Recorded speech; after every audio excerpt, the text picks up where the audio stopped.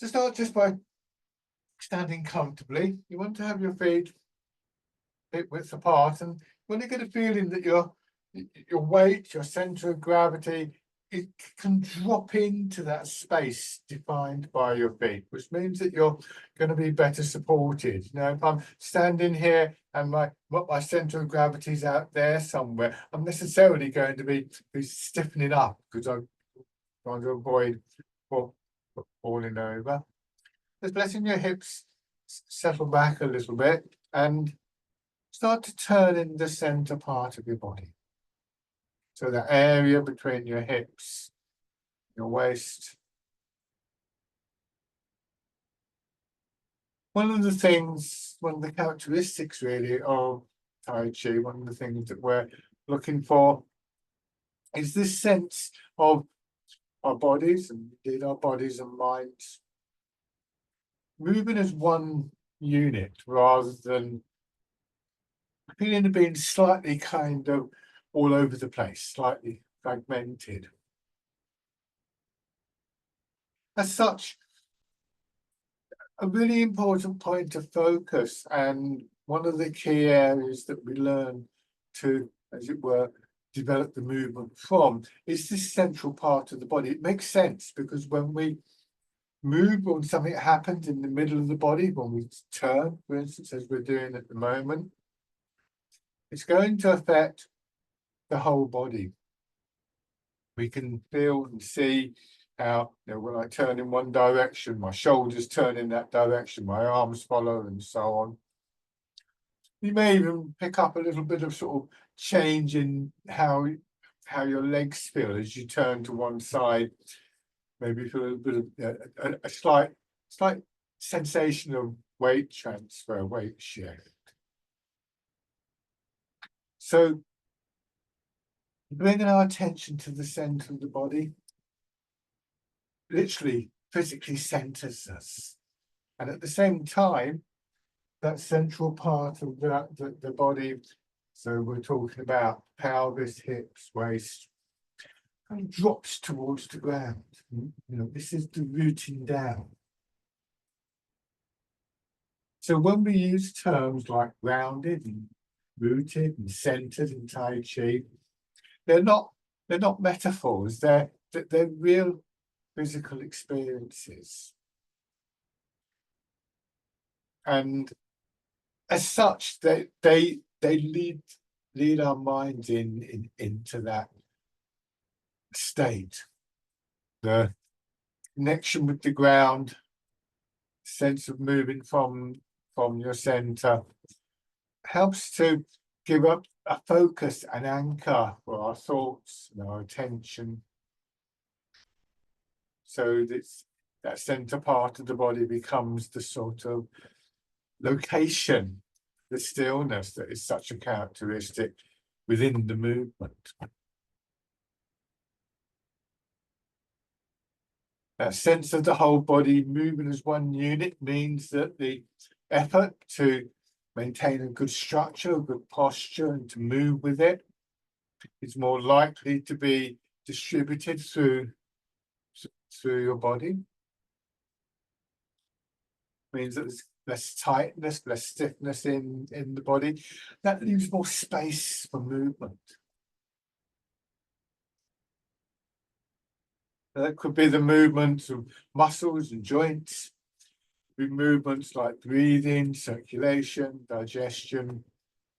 And of course, it also means this sense of a connected movement, hips to shoulders, shoulders to hands, and so on and so forth. Once again, that feeling of connection and the movement through those connections, giving us a sense of the flow, the energy of the movement. That underlying energy settling into a smooth, harmonious quality, maybe with a sense of rhythm that resonates through the body.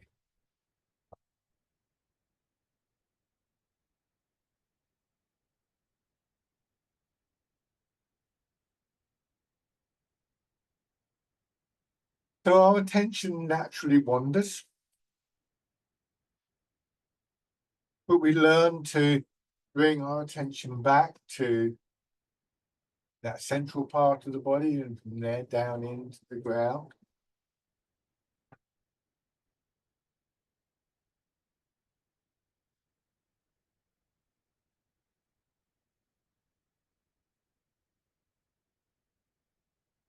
Bringing your hands palm out, raising them up a little.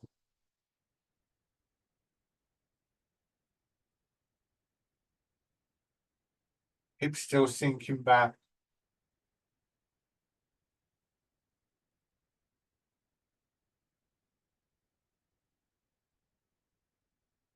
And then your hands drop down. Now, put 1 foot forwards and moving your weight forwards and backwards and just noticing the response again in the center of your body. So one of the phrases again from the old writings in Tai Chi is that when one part of our body is in motion, our whole body is in motion. It's not literally true. We might better think the whole body is engaged. Some parts of our body are involved in supporting us, some parts are moving. We want to begin to feel that our body's supported not just by one thing. We don't want to sort of strain in our shoulders to hold ourselves upright. There's a hierarchy. Our legs, of course, are supporting us, and they're always going to be, the standing exercises at least, a major factor here. We want to feel that our back supports the front of our body, so we don't have to pull our belly in, we don't have to tighten in our chest. And increasingly, as those two aspects become more effective, a sense of support from within, an idea that can start with an awareness of your skeleton.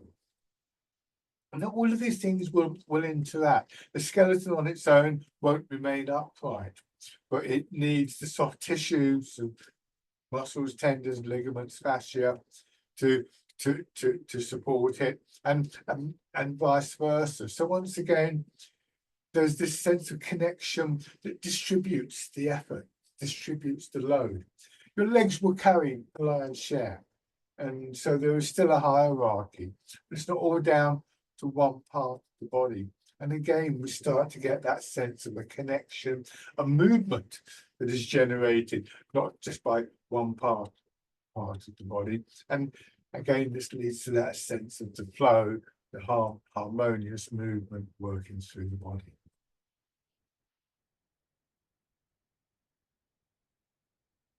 The other side, so I'm going to look forwards, and our awareness and our intentionality build these qualities. So learning to focus our attention, and it could be argued that almost everything we do has some kind of intention behind it, but it's often unconscious. And what we want to do is bring a very deliberate, conscious intentionality to our movements. Said in Chinese medicine that the energy will follow the thought and the body follow the energy, for instance. And shake out. So we have these three components, these three aspects of the body, the physical, mechanical side of it, our minds, our awareness, our intentions, and the movement, the flow, the energy. Think of them as three legs of a tripod, interacting and supporting each other. So coming back to the parallel stance, and go forwards a little bit so you can see more clearly.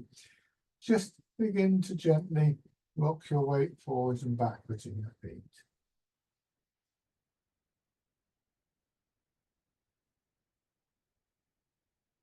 So if I use this pole to illustrate, imagine this going up through the middle of my body. This is what is happening. It's not bending at the hips or nodding my head. The pivot point is my ankles. And just go forwards and backwards. And what we find is, of course, here, I go back and eventually I fall over. or more likely, I'm going to stiffen up and I'm going to tense up. And same thing going forwards. And so what we want to try and do is to bring this in, see here, in theory, it's possible for me to find a position for this pole that means that that doesn't happen. It's very difficult, of course. If I had like the guy ropes of a tent, you could peg it out, it would be easier because then the guy ropes would be supporting the pole would be supporting the guy ropes. So again, we have that idea of the effort being spread through. What we're looking to do is to find that position for our body and find the position for the weight in our feet that actually enables that sense of alignment to build. And so just letting yourself gradually come to a halt. Your body settle. Letting your hips drop back just a little bit. So there's a slight curve through your hips, through your knees. And then without straining in your knees, let your hips drop back a little bit more. And feel the compression in your legs that then starts to push you up. Again, this smooth movement rising up through the body, and then just allowing gravity to draw your hips down again. So that's what I described as a connecting movement. The energy rises up like a wave through the body and drains away. Okay. See if you can just let that settle into a nice, steady rhythm. Allowing your pelvis just to gently tuck under. So as your hips go back, keeping your shoulders in line with your hips. So of course, your shoulders will go back. But if we were stiff and the pelvis didn't change its angle, again, you just get pulled back. So just allowing your pelvis to adjust to maintain your center of gravity flowing down into that space between your feet. This is rooting down. I'm gradually getting the feeling that your center of gravity, almost like your center of gravity, can drop through the ground. And when you push up, you're not lifting your weight up. You want your body to expand out, to grow out of that root. So your legs extend a little bit. After a little while, you may notice your back and your spine extending a little bit. And then bringing your hands around as though you're cradling the ball, pushing up, and that movement, just pushing your arms up, turn your hands over, so you're resting them on the ball and sinking down. So your arms being moved by this rhythmic wave-like expansion and contraction working through your body.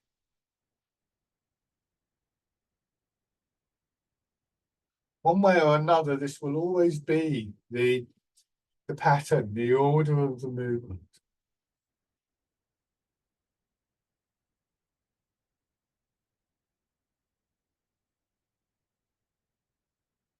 And again, all these different movements, the mechanical movements, the flow, the metabolic movements, like you breathe in, will gradually resonate to the rhythm of the movement, come into a very harmonious whole.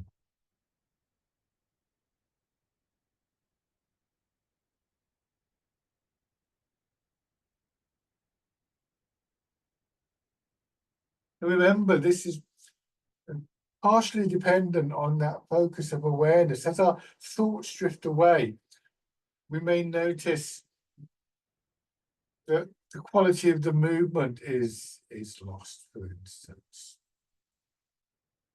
Or if the mechanics of the movement, you know, if there's something changes with the hips, if we're not quite accurate with our posture, that flow may be disrupted. Calling our attention to our posture, enabling us just to make gentle adjustments.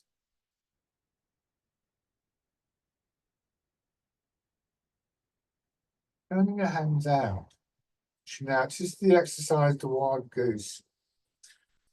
We use a great deal of imagery, and imagery can be a very interesting way of producing a very natural response in our bodies. Very common image is the one of moving through water. So there's just this little sense of a resistance to the movement, and that could be applied to any of the movements. But this one may also have that extra sense of the bird in flight that may offer some kind of quality.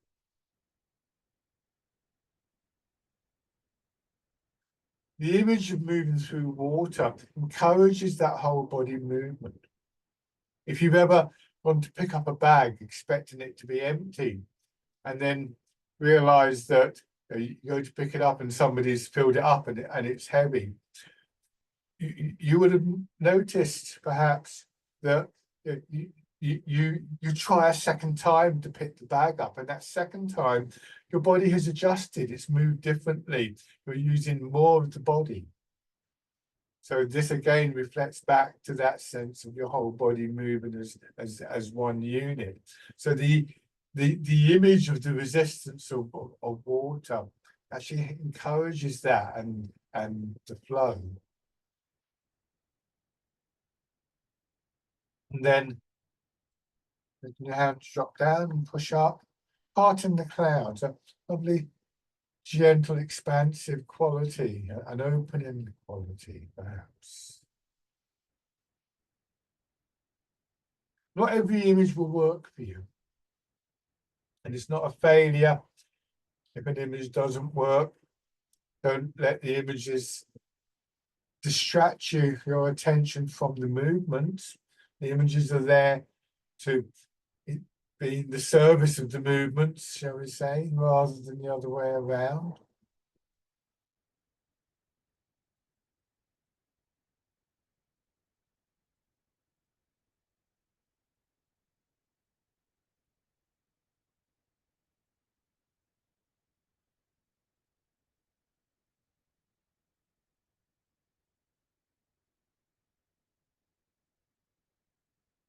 One more time.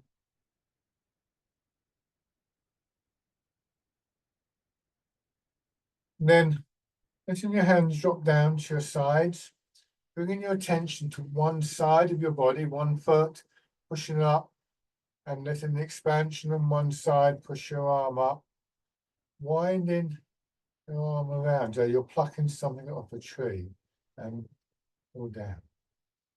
From this position, let your attention come to the center of your body, that feeling of sinking into the ground, and then to the opposite side as you push up. Winding around as the dragon plucks the stars from the sky.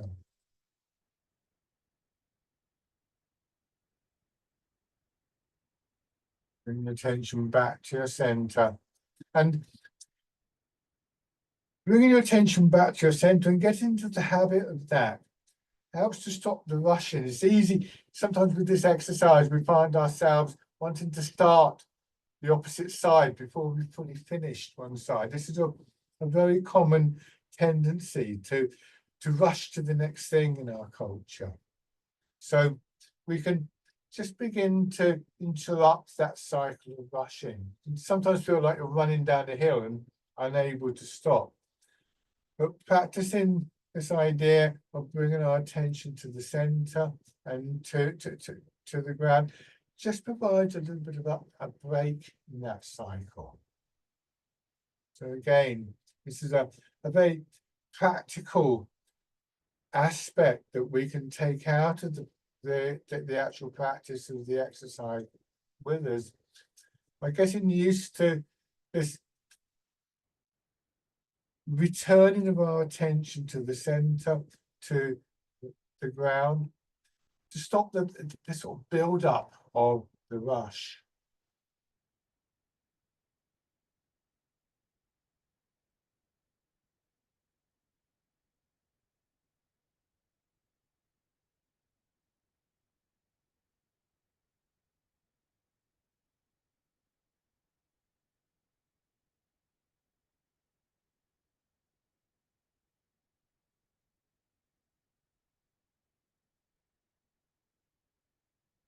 More time.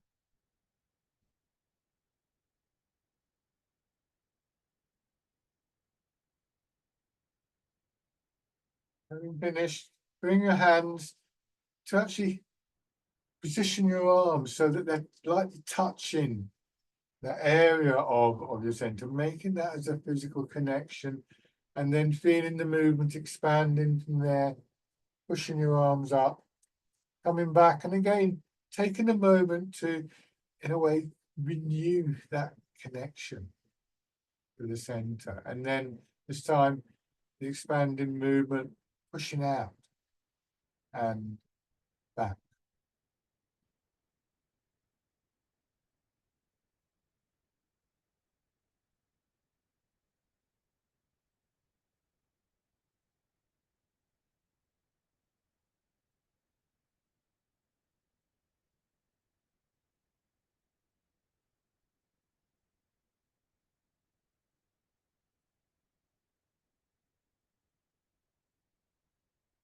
And then this time, building on that,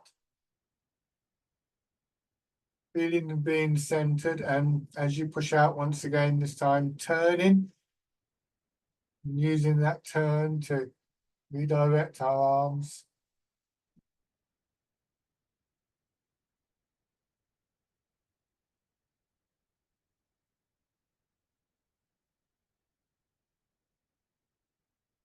And then facing forwards and pushing out, and pushing in full directions.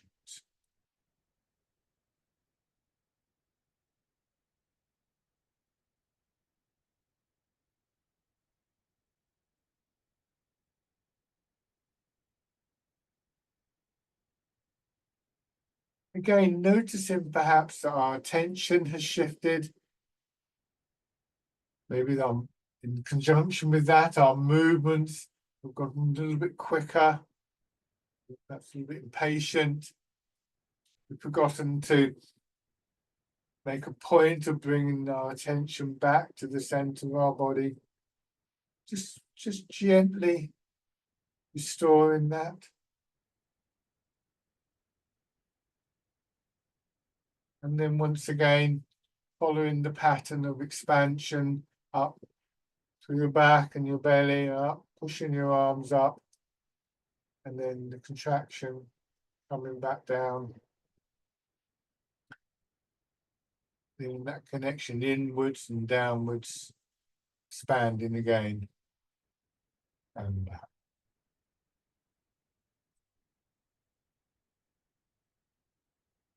So feeling how our minds, our intention, can engage with the movement, can begin to direct the movement.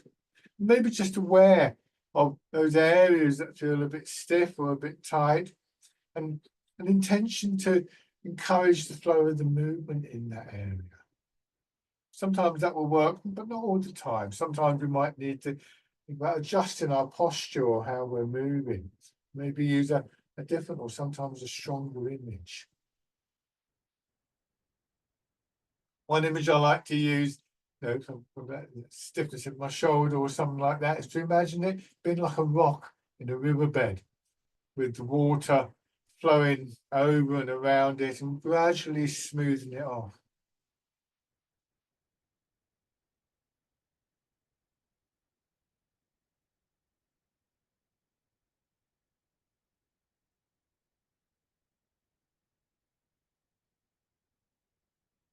And letting your hands drop down. Again, bringing your attention to one side of your body. This time your arm being pushed away. Drawing your fingers back a little bit so your arm swings up, elbows remains bent. And then straight down past your nose, sternum, your navel, straight down the center line of your body.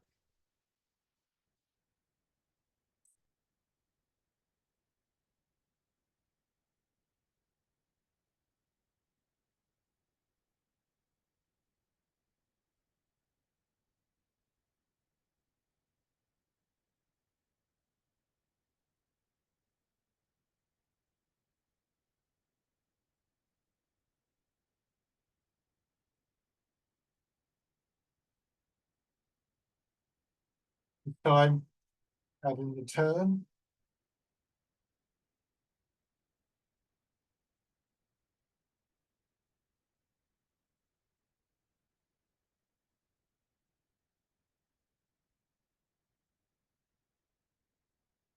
Again, that movement, drawing your arm across a little bit. Just be careful not to tighten up in that side of your body.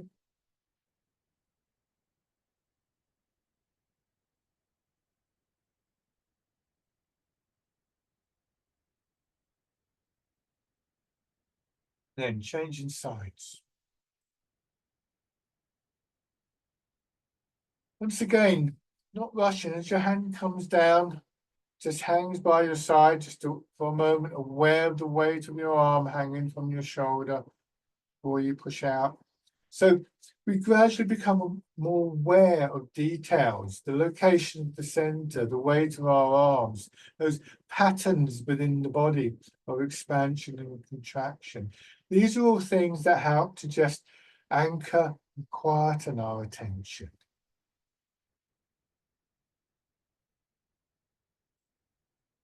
Time adding the turn. So we're not trying to avoid thinking, we're not trying to block our thoughts. It's a futile task anyway. We can redirect our thoughts. We can put them in a more useful role, I suppose you could say, because when we're aware of those changes in the body, again, we can bring an intentionality to it. Not all those changes will be useful. So we begin to discriminate a little bit to try and just encourage the more positive habits of movement. Now, going back to this movement, sinking down and pushing up. So I mentioned earlier, when we do this, our pelvis naturally adjusts and it tends to stay level to the floor, roughly speaking. We're going to change that for the next two movements. So go very carefully because this is quite strong on our knees and our back.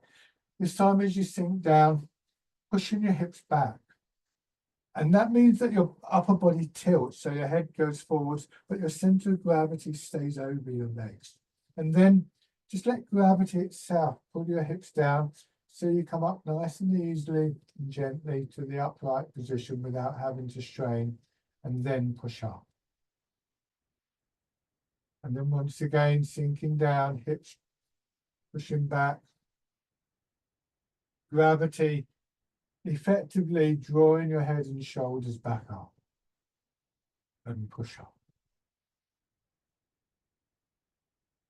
So rather than straining to come upright, rather than getting into this fight with the pull of gravity, by allowing our hips to yield to the pull of gravity, we actually find it helps us to come into the upright position. We're going to use this movement the next two exercises. This time, as you push up, your arms again being pushed out, but then as you sink down and your hips go back, your arms following the movement of your shoulders. This is rowing a boat in the middle of the lake.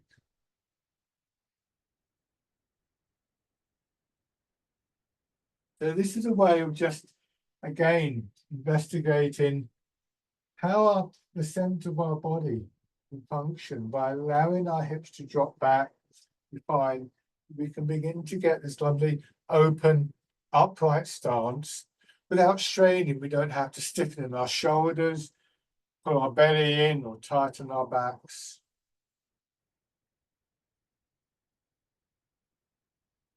Once again, helping to cultivate that spacious quality within the body.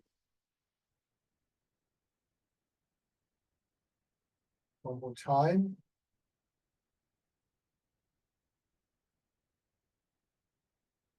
And then the hands come down in front of your belly, palm down, turn horizontally, then push your hips back, swing them across, and your hips drop down and turn to the front. This is called polishing the table. So that movement, drawing your arms around, just extending gently, a nice smooth circle from the back, so you can see what my hips are doing. Exaggerated a little bit, so as always, go very gently and carefully. In direction.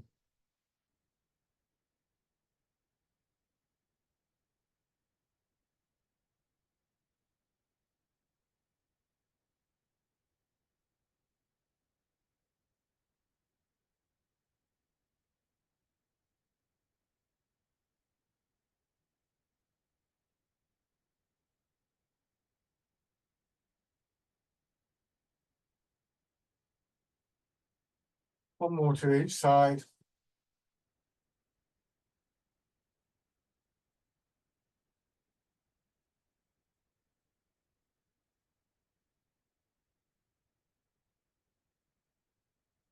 And then just standing again for a moment.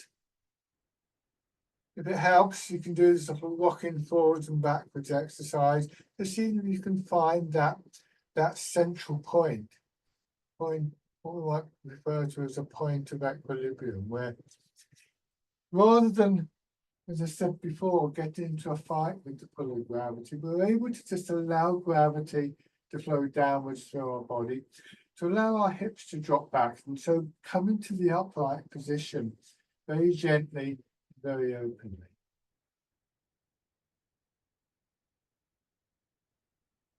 And just shake out.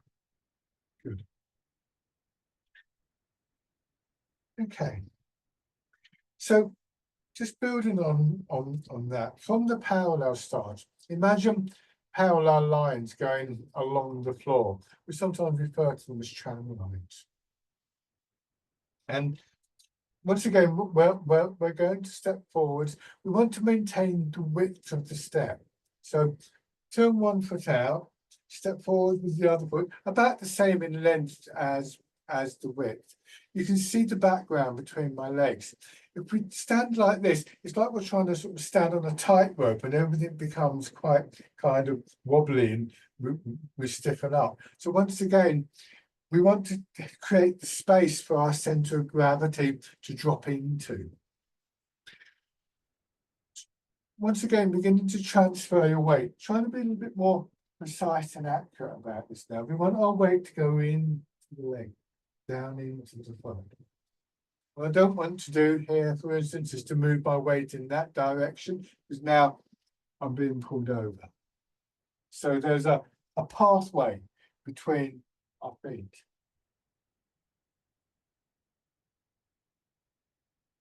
So this means that we can begin to get this very important dynamic forward and backward movement without having to lose the sense of the root, the center, which is so important.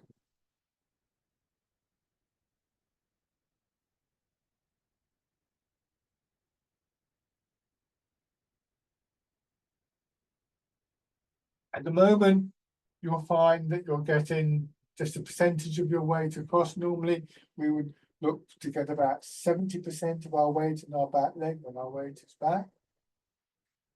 When we go forwards, a little bit less, 60% perhaps.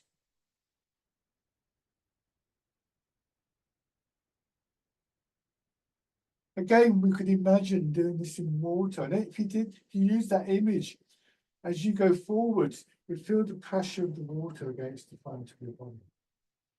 And as you go back, you feel the pressure against your back. So we get that slightly, what we might describe as a denser feeling. And we can begin to feel that the change working through the body, almost like a wave flowing forwards and backwards through the body. So as well as moving through water, sometimes it's said that it's as though we're being gently bathed by the movement, by the energy, or massaged by it. And it means that the impetus for the movement increasingly comes from inside.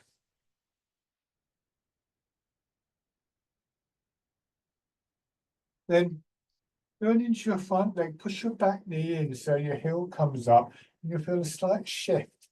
So you start to bring your upper body more into line with the supporting leg. When you go back, it's your front toes lifting. So you get to that point. This is quite difficult because so far I've been saying, yeah, we want plenty of space for our center of gravity to drop. But now it's quite a small space. It's your foot, basically. So this requires a greater sense of how our body is in line, how we're moving. We want to get to a point where we can feel that our head is directly above our foot, not leaning forward slightly, because again, that would please. And what that means is that we achieve the root, the stability, much more over one leg. And then what we can do is this, we can bring the foot in and then push back and out. So if it's your back foot, the ball of your foot goes down first, then your heel. You gently push the foot into the floor. We plant the foot, and then we move the weight. It's the front foot, the same idea, but it's going to be your heel that goes down first. Front foot can be slightly turned out here. It's as though you're walking on thin ice, and you're going to place the foot and then press gently just to test the ice before you commit your weight.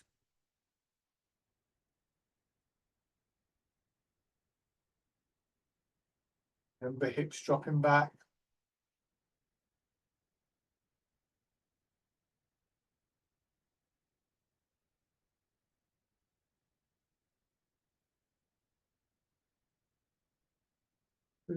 And shake it up.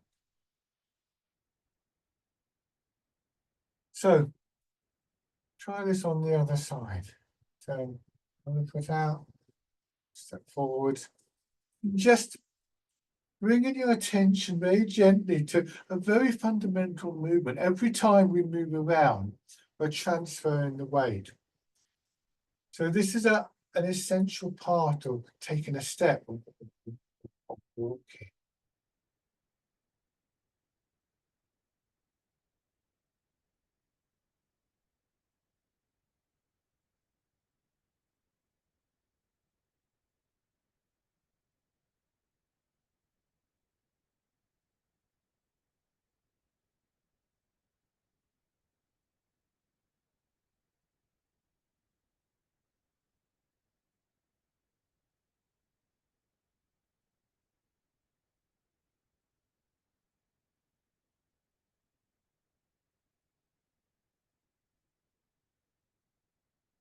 Raising the toes, raising your heel.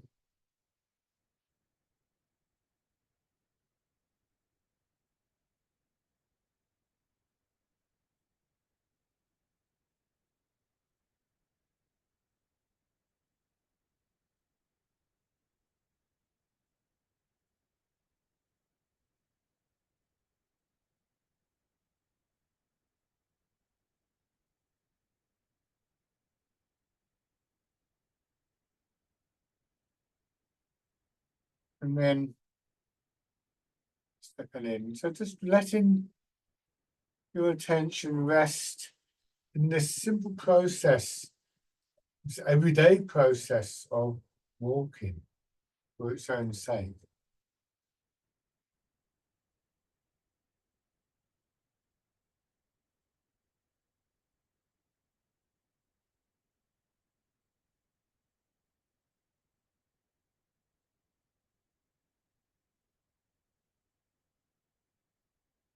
And then you either go forwards or backwards, depending on where you have the room. But taking a few steps through.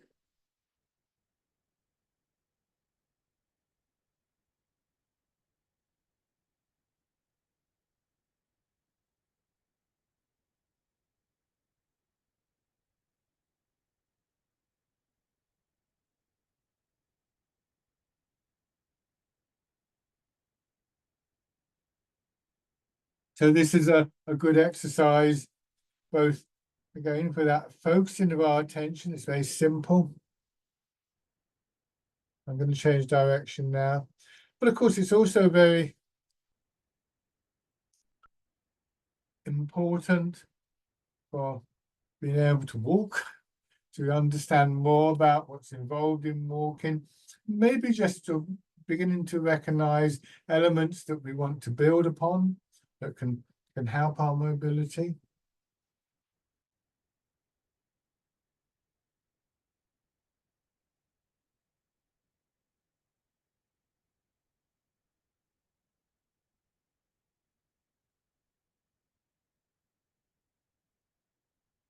Good, and shake out. It is, of course, quite a difficult exercise. It's not complicated, but to walk slowly like that, we often find ourselves wobbling around. And one thing we can do to help with that, remembering that what we're trying to do is to release, effectively to relax. That's very difficult to do if you feel that you're wobbling around and liable to fall. So sometimes you might want to try that little exercise with your hand on a wall or a table, so that you can just say rest here and think, well, can I drop my hips a bit more? Can I release the tightness in my body? Let my center of gravity drop, because that really helps our stability. And then just move on. And again, what's going on here? Have I leant forwards or whatever? And having the wall for support just enables that process. So now have your right foot forward. So mirror my movements. I'm going to bring the upper body back into this whole process. Just recognize when we do this, our arms in particular can be very distracting. It's very easy to lose that awareness of what's happening in the lower part of the body, and thereby lose that sense of the whole body moving as one unit.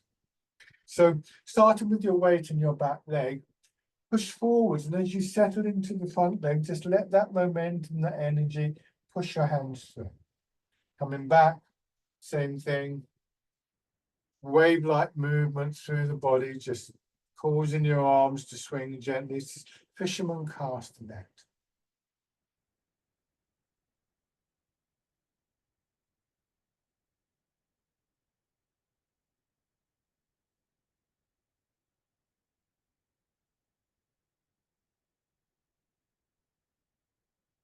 Try not to stiffen up in your elbows or your wrists or your fingers. Again, just aware of the weight of your arms. Don't lead with your arms. It's a very common error here is for the arms to be pushed forwards before you've moved the weight. If you were really moving in water, the pressure of the water will hold your arms back.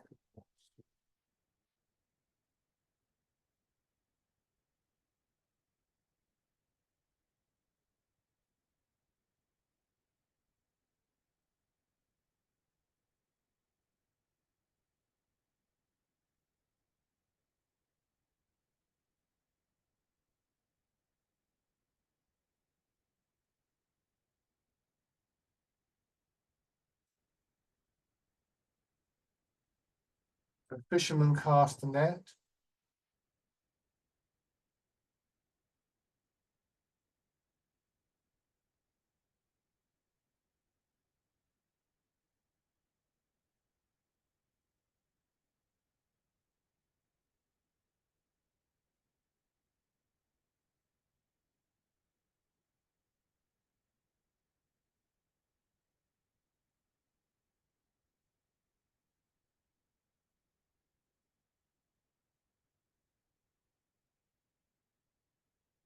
This time, as you go back, bring your hands more in front of your hips, let your elbows go out a little bit, and then elbows coming in, and your arms just gently curving up. This is called pushing wave. With that little movement with your elbows, you may notice a slight kind of movement in your chest and your upper back as well. So the main drive, the main energy for the movement comes from that connection with the ground and transfer of our weight. But things are happening in the upper part of the body as well. So by the time the movements reach the arms, you've basically got most of the energy that you need. What that leaves the arms doing is creating a shape for the expression of the movement. They're not straining in your shoulders or your arms. Remember, the effort, the load, even in the stronger movement, especially in the stronger movement like this, distributed through your body.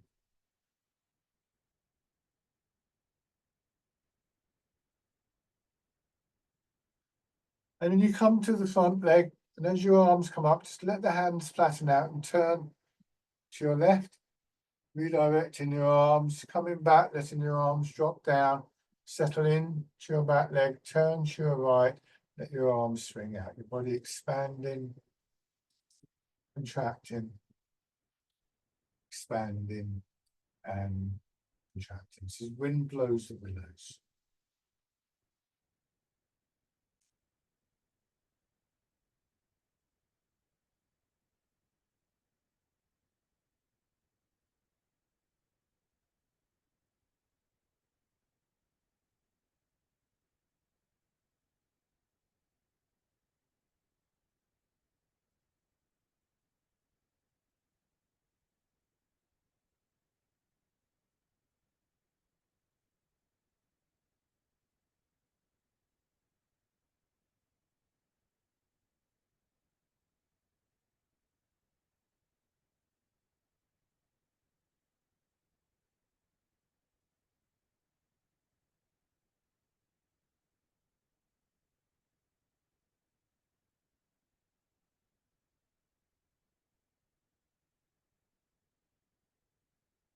Okay, then give your legs a shake.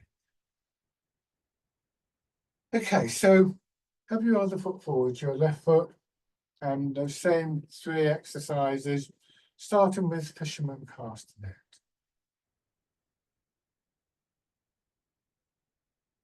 Bringing in whatever images, ideas are useful to you.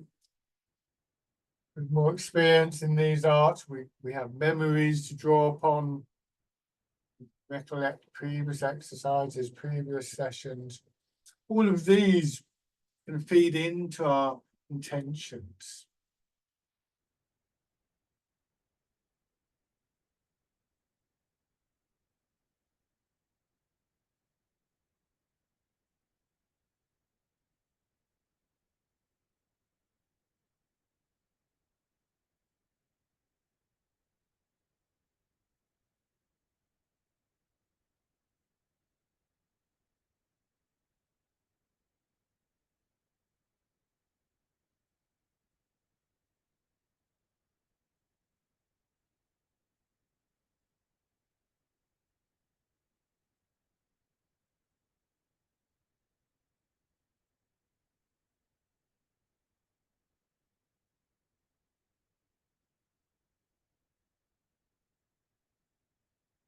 Changing this time to pushing wave.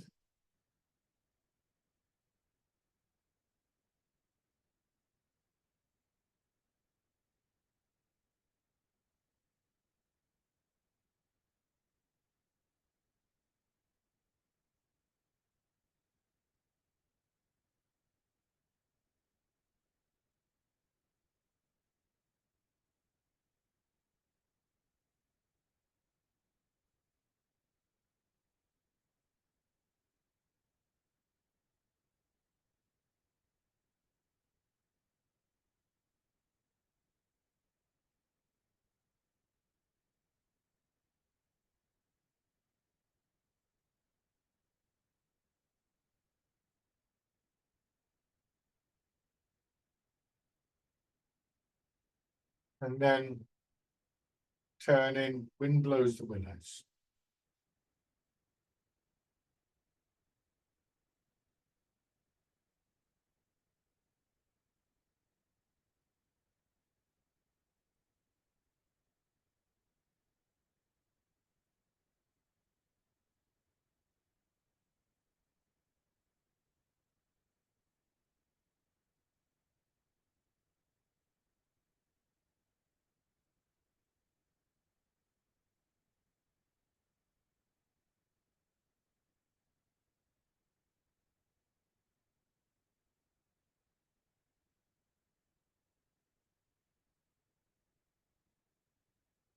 And just combining this now with the stepping that we did earlier, Again, you can go forwards or back. So I'm going to go forwards, bring my back foot in, step forward, stepping forwards, planting the foot. It's called Dragonfly Skims the Water. What you may find that you're able to do comfortably is just drawing the leg up. If you find that's very wobbly and uncomfortable, then just leave the foot down. Don't lose that nicely aligned posture or the flow of the movement, just to see if you can stand on one leg.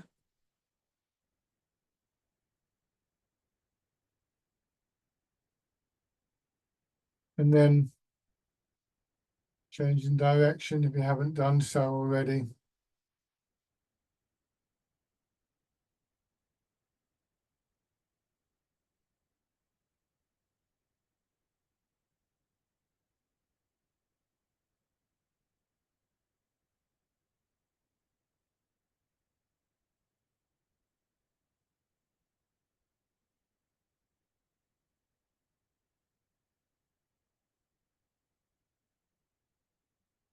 And bring your feet back.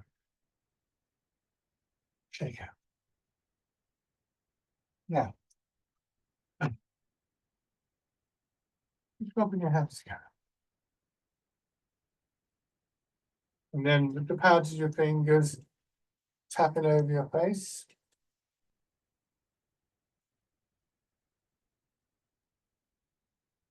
Work up over your head and neck.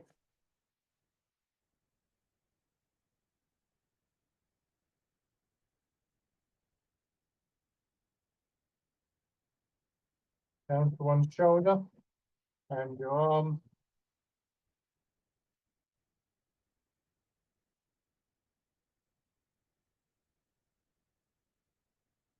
Onto the other side.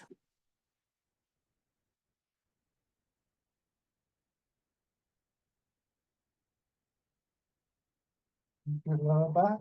Then gently as you go over your lower back. Around your hips. And your face.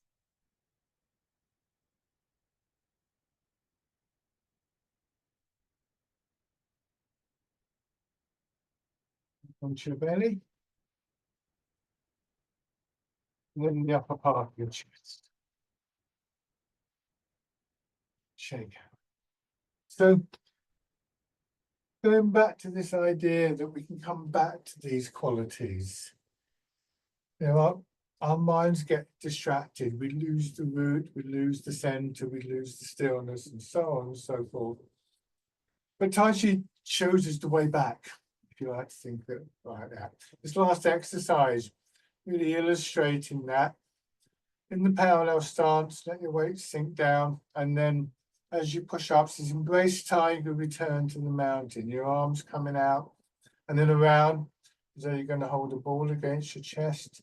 Drawing in and starting with your hips, yielding to the pull of gravity, shoulders going down, hands coming down to rest. Let your arms come down, feel the weight of your arms, and then start the whole cycle over again.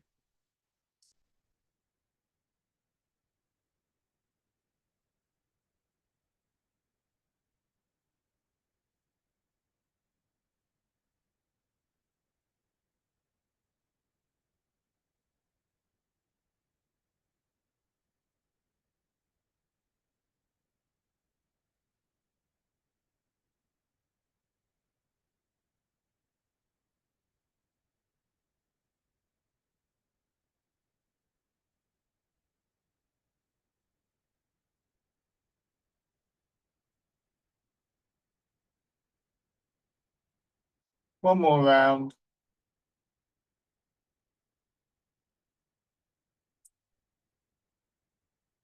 And